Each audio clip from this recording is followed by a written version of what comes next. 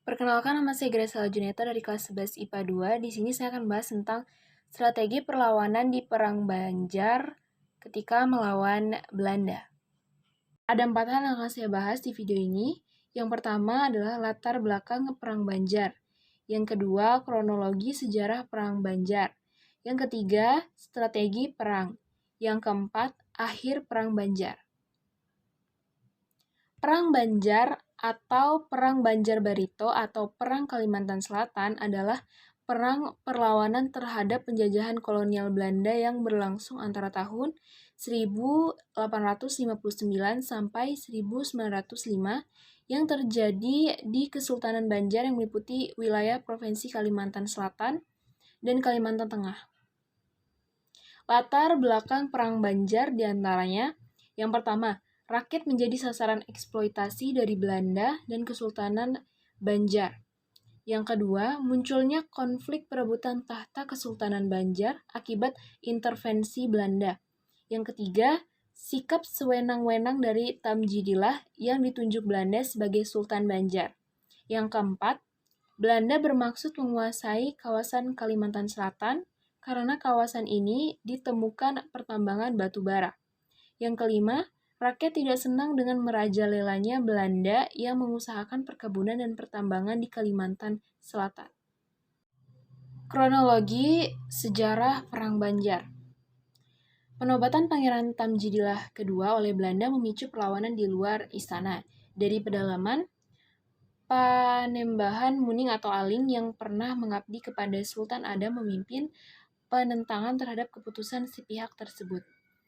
Panembahan Muning berpendapat dalam situasi saat itu yang paling pantas naik tahta adalah Pangeran Antasari, keponakan Pangeran Hidayatullah kedua. Pangeran Antasari berhak menjadi sultan karena ia keturunan Sultan Muhammadillah, Sultan Banjar yang bertahta pada 1759 sampai 1761. Gerakan Aling dikenal dengan sebutan Datu Muning dan berpusat di Kembayau, Tambai Mekah, di daerah Sungai Muning di Kalimantan Selatan. Strategi perang. Pangeran Hidayatullah dan Pangeran Antasari menggunakan strategi perang gerilya dengan membuat kerajaan baru di pedalaman dan membangun benteng-benteng pertahanan di hutan-hutan. Semangat perlawanan dari Persatuan Rakyat Banjar dan Dayak diikat dengan relasi kekeluargaan dan kekerabatan melalui ikatan pernikahan. Ikatan tersebut melahirkan status Pegustian dan Temenggung yang menjadi sarana pemersatu dan solidaritas Banjar Dayak menghadapi Belanda. Pangeran Antasari juga menggalang kerjasama dengan Kesultanan Kutai Kartanegara melalui kerabatnya di Tenggarong. Pangeran Antasari menyurati pangeran-pangeran lainnya dari Kutai seperti Pangeran Natakusuma, Pangeran Anom, dan Kerta. Mereka semua adalah mata rantai penyelundupan senjata api dari Kutai ke tanah dusun Banjar. Akhir Perang Banjar. Perang Banjar mulai meredup ketika Pangeran Antasari mengidap penyakit keras yang menyerang paru-paru hingga cacar.